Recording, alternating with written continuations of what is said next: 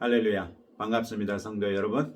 오늘도 말씀을 사모하시는 여러분들에게 말씀의 은혜가 충만한 복된 시간 될 수 있기를 주님의 이름으로 축복합니다. 오늘 우리가 묵상하는 하나님의 말씀은 누가복음 6장 39절부터 49절까지 말씀입니다. 오늘의 성경에서 예수님은 계속해서 가르침을 이어나가시는데 맹인 비유, 키와 들보 비유, 나무와 열매 비유 등을 말씀하십니다. 39절과 40절에서 볼 수 있는 맹인 비유에서 예수님은 당시 종교 지도자들을 맹인으로 비유하시면서 맹인이 맹인을 인도하면 두 사람 다 구덩이에 빠진다고 말씀하십니다. 성경에서 구덩이는 불행과 저주의 자리를 암시하기 때문에 이 말씀은 곧 하나님의 나라에 대하여 알지 못하는 사람이 다른 사람에게 하나님의 나라를 가르친다면 둘 다 하나님 나라의 진리에 이르지 못한다는 것을 말씀하신 것이지요. 예수님은 이 말씀을 하시면서 제자와 선생 관계를 언급하시면서 무릇 온전하게 된 자는 그 선생과 같으니라 이렇게 말씀하십니다. 이 말씀은 당시 랍비 교육의 전통 안에서 선생과 제자의 관계를 말씀하신 것입니다. 랍비 교육은 모세오경과 구전 율법을 암송하고 해석하는 것을 주요 목적으로 삼았습니다. 스승의 가르침은 대부분 구술로 이루어졌으며 랍비와 제자 간의 관계는 친밀한 관계로서 제자가 랍비의 말과 행동뿐 아니라 삶 전체를 관찰하고 배울 수 있게 했었습니다. 따라서 제자의 최종 목적은 자신의 선생처럼 되는 것이었습니다. 이런 당시 랍비 교육의 전통을 염두에 두고 예수님은 자신을 선생으로 소개하시면서 제자들에게 앞으로의 공생의 기간을 통해 제자들이 예수님의 모든 것을 배워 온전한 제자가 되기를 요청하신 것입니다.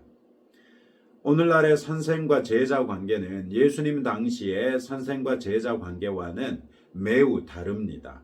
예수님 당시는 선생과 제자가 함께 생활하며 본이 되는 선생을 따라 배움으로써 선생과 같은 사람이 되는 것을 목표로 했던 데 반해 오늘날의 선생과 제자 관계는 단순한 지식 전수 수준을 어지간해서는 넘어서지 못하지요.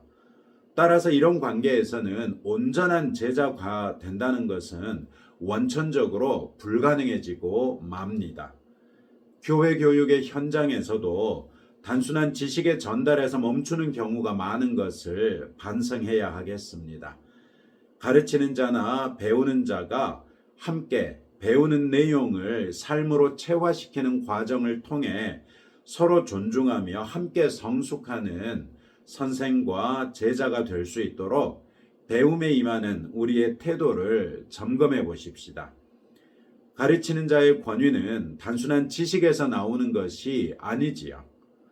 하나님의 말씀에 대한 바른 지식뿐만 아니라 그 말씀에 순종하고자 애쓰는 가운데 역사하시는 성령의 능력을 통해 가르치는 자의 권위가 나오는 것입니다. 우리를 가르치시는 분들을 위해서 기도로서 섬길 수 있기를 바라고 배우는 학생의 입장에서도 단순한 지식을 쌓는 것이 아니라 살아 역사하시는 하나님의 말씀에 대한 믿음의 반응으로 순종하는 것에 더욱 힘씁시다.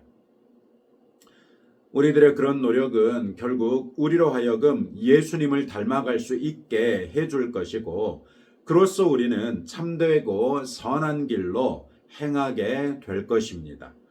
이는 우리가 자신의 행위를 의지하는 종교행위 중독자와 같은 거짓되고 악한 죽음의 길에 빠지지 않게 해줄 것입니다. 우리가 그토록 소망하는 시편 1편의 복 있는 사람의 길에 설 수 있게 해준다는 것이죠. 41절과 42절은 티와 들보의 비유입니다. 남의 눈에 있는 티는 잘도 보고 빼주겠다고 하면서 정작 자기 눈에 있는 들보는 보지 못한다는 것입니다. 이건 역시 경건한 삶을 위한 자신들의 노력에 취해 그것조차도 하지 못하고 있는 다른 사람들에게 우월감을 느끼며 자신도 모르게 위선자가 되고 마는 것을 경계하신 것이죠. 티는 가장 작은 것을 상징하고 들보는 가장 큰 것을 상징합니다. 타인의 작은 흠에 엄격하면서도 자신의 커다란 흠에 대해서는 한없이 관대한 것을 위선이라고 하지요. 이것을 앞에서 말씀하신 선생과 제자 관계에 적용하자면 맹인이 맹인을 인도하는 것으로서 위선적인 선생은 위선적인 제자를 만들어낼 수밖에 없다는 것을 말씀하십니다. 그렇다고 해서 예수님이 단순히 죄의 크기만을 지적하신 것은 아닙니다. 예수님이 지적하시는 것은 위선적인 선생이 아니라 참된 선생이라면 자신의 작은 티끌 같은 죄라도 심각하게 여겨 회개하겠지만 다른 사람들에 대해서는 들보 같은 큰 죄에 대해서도 정죄하거나 판단하기보다는 그 역시 자신의 죄를 깨닫고 회개함으로써 거룩하게 되기를 바랄 것이라는 것을 말씀해 주신 것입니다.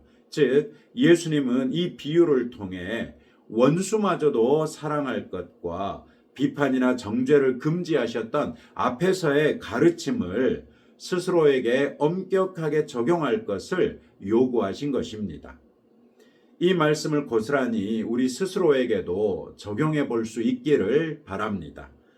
다른 사람들의 연약한 모습, 범죄한 모습, 꼴보기 않는 모습 등을 찾기에 빠른 우리의 눈을 우리 자신에게 돌려봅시다.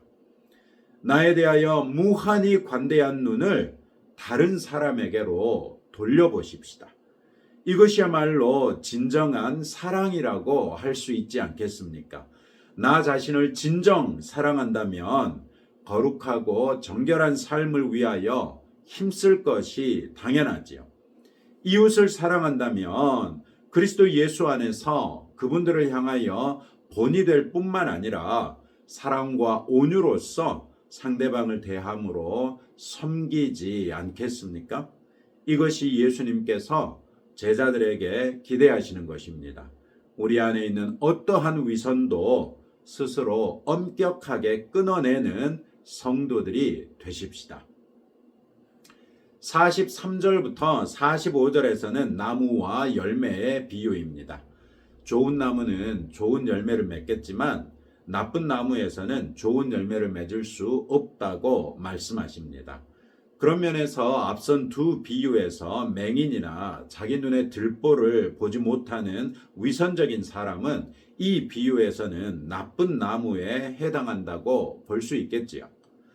거짓 선생에서 참 제자가 나올 수 없고 위선적인 선생에게서 위선적인 학생이 나올 수밖에 없다는 것입니다.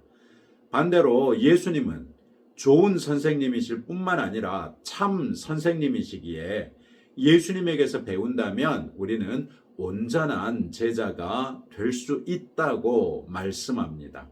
온전한 제자가 되어 예수님을 닮아갈 수 있다는 것입니다.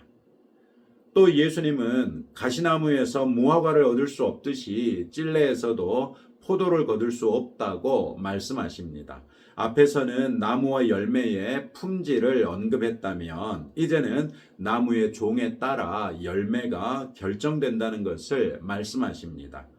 이에 대해서는 45절에서 선한 사람은 마음에 쌓은 선에서 선을 내고 악한 자는 그 쌓은 악에서 악을 내나니 이는 마음에 가득한 것을 입으로 말함이니라 이렇게 해설해 주고 계십니다.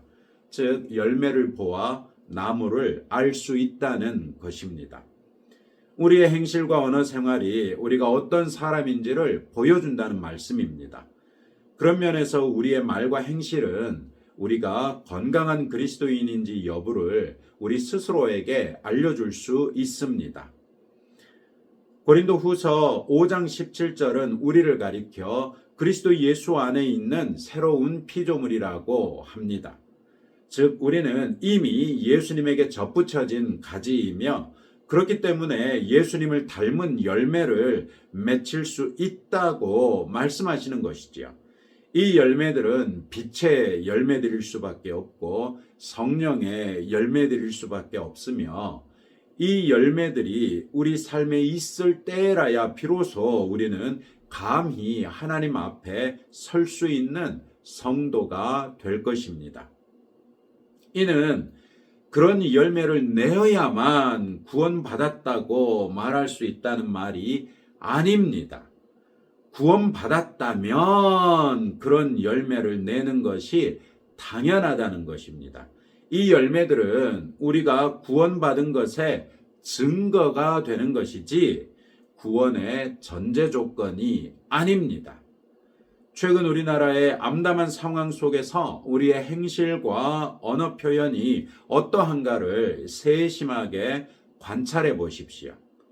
내 안에 미움과 분노가 쌓여 있는지, 이 암담한 상황 속에서도 신실하게 뜻을 이루시는 하나님에 대한 신뢰로서 믿음과 소망이 쌓여 있는지 오늘 하루를 점검해 보시기 바랍니다. 저는 어제 평소 가깝게 교제하는 목사님들과 함께 점심 식사를 하고 커피를 마시면서 교제했는데 자연스럽게도 최근 우리나라가 처한 상황에 대하여 얘기를 나눌 수밖에 없었습니다. 그 중에 한 목사님이 이 상황을 놓고 기도하는데 하나님께서 물으시더라는 것입니다. 너는 나를 믿느냐? 목사님은 믿지요 하나님. 제가 하나님을 어떻게 안 믿을 수 있습니까? 이렇게 답했답니다. 그랬더니 하나님께서 그런데 너는 왜 그렇게 전전긍긍하지 못하면서 그렇게 기도하고 있느냐고 물으시더랍니다. 어떠한 상황에서든지 하나님께서 하나님의 뜻을 이루시면서 선한 일을 이루실 것을 믿지 못하고 왜 그렇게 안절부절 못하며 답답해하며 기도하고 있느냐고 책망하시더라는 것입니다. 성도 여러분, 내 안에 미움과 분노가 아니라 이런 암담한 상황 속에서도 신실하게 뜻을 이루시는 하나님에 대한 신뢰가 내 안에 있다면 믿음의 소망이 우리 안에 생기지 않겠습니까? 오늘 하루 여러분의 속사람을 점검해 보시기 바랍니다. 내 안에 미움과 분노가 쌓여 있을 때 그것이 다른 사람들에게 쏟아지지 아니하도록 주의하시기 바랍니다. 그것을 하나님 앞에서 솔직하게 인정하고 하나님 앞에 하소연하시기 바랍니다. 그렇게 우리의 감정을 하나님 앞에 쏟고 하나님께서 채우시는 평강과 온유로서 다른 사람들을 대할 수 있는 성도들이 되시기 바랍니다. 우리의 말과 행실을 통해 예수님이 내 주님이시라는 것이 자연스럽게 드러날 수 있는 그런 성도들이 되십시다.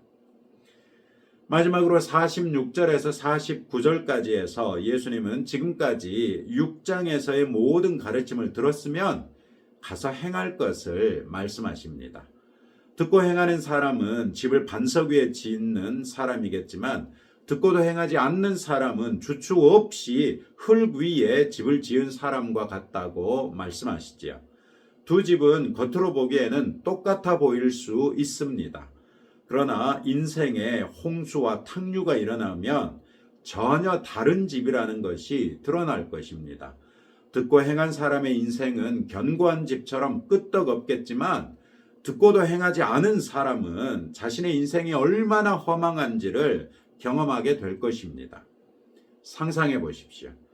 만약 우리가 알고 있는 만큼의 성경 말씀대로 우리가 성경에 있는 모든 말씀이 아니라 내가 알고 있는 만큼의 성경 말씀만큼만이라도 행한 대로 산다면 우리의 삶이 어떻게 변했을지 상상해 보자는 것입니다. 그리고 그 상상 속의 삶과 지금 나 자신의 모습을 비교해 보십시오. 애써 자신을 위로하느라 스스로를 속이지 맙시다. 아무것도 감출 수 없는 하나님 앞에 선 자로서 지금의 내 모습과 성경 말씀이 빛기를 원하시는 내 모습이 얼마나 차이가 있는지 여러 각도에서 생각해 보십시오. 이미 벌어진 차이 때문에 자괴감을 가지지는 맙시다. 오히려 지금부터라도 그 차이를 좁혀나가기 위해 최선을 다하십시다. 아니, 하루에 한 가지만이라도 확실하게 순종하는 연습을 하십시다.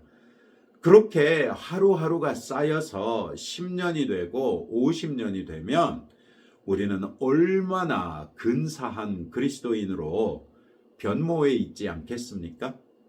사도 바울은 과거의 한 일은 잊어버리고 앞에 있는 표대를 향해 달려간다고 말씀하셨는데 우리는 과거의 모습을 단순히 잊어버리기 전에 회개하고 회개한 것에 대해서는 하나님께서도 기억조차 아니하신다고 하니까 우리도 머릿속에서 완벽하게 지워버리고 하나님의 말씀이 빚어나가시는 내 모습을 상상하면서 하루하루 그 모습에 가까워지는 나를 발견하고 경험하면서 승리감을 누리고 기쁨을 누리는 한편 그렇게 나를 변화시켜 나가시는 하나님께 감사하는 성도들이 되십시다. 오늘 또 이런 말씀을 붙들고 다음과 같이 함께 기도하겠습니다.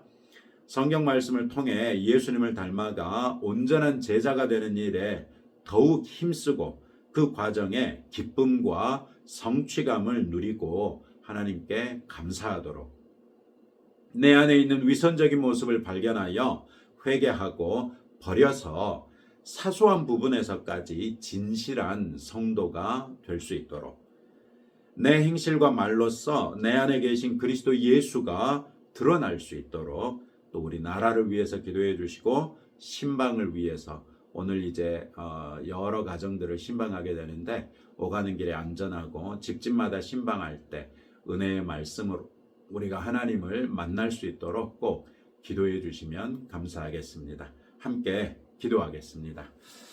하나님 아버지 감사합니다. 오늘 누가복음 6장의 마지막 부분을 함께 살폈습니다. 이 말씀을 통하여 우리가 예수님을 닮아가서 온전한 제자가 될 수 있다는 것을 말씀해 주셨습니다. 우리가 그 일에 더욱 힘쓰게 하시되 그 과정에서 성공하게 하심으로 기쁨과 성취감을 누리게 하시고 하나님 앞에 감사드리며 신앙생활을 위하여 더욱 힘쓰는 그런 성도들이 될 수 있도록 우리를 붙들어 주옵소서.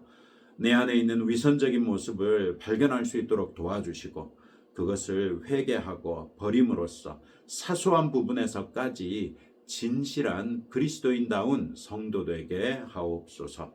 내 행실과 말로써 내 안에 계신 그리스도 예수가 드러날 수 있기를 소망합니다. 내 생각에, 내 말에, 내 행동에 파수꾼을 붙여주옵소서. 주님, 우리나라를 위하여 기도합니다. 오늘 이제 헌재에서 마지막 변론을 하고 이제 얼마 지나지 않으면 대통령 탄핵에 대한 헌재 결정이 날 것입니다. 아버지 하나님께서 이 나라를 붙들어 주시고 더 큰 혼란에 빠지지 아니하고 수습되며 회복되고 또 우리 교회가 우리 스스로를 주님의 말씀을 기준으로 반성하고 우리 안에 있는 미움을 주님 안에 있는 샬롬으로 바꿀 수 있도록 긍휼과 자비를 더하여 주심으로 우리 교회로 인하여 찢어진 것들을 교회가 싸맬 수 있도록 은혜를 베풀어 주옵소서. 주님 또한 오늘도 부족한 종이 주께서 사랑하시는 성도들의 가정을 신방합니다. 말씀의 권세를 더하여 주시고 찬송의 기쁨을 허락하여 주시며 함께 기도하올 때 주님께서 신실하게 응답해 주시는 복과 은혜를 누리게 하옵소서. 오가는 길에 노중에 어려움 당하지 아니하도록 늘 부족한 종과 함께 하실 줄로 믿고 감사드리오며 예수님 이름으로 기도합니다. 아멘. 이제 여러분들의 기도 제목들 가지고 하나님 앞에 나아가실 때 하나님 우리 아버지께서 여러분들의 기도를 들으시고 응답해 주실 것입니다.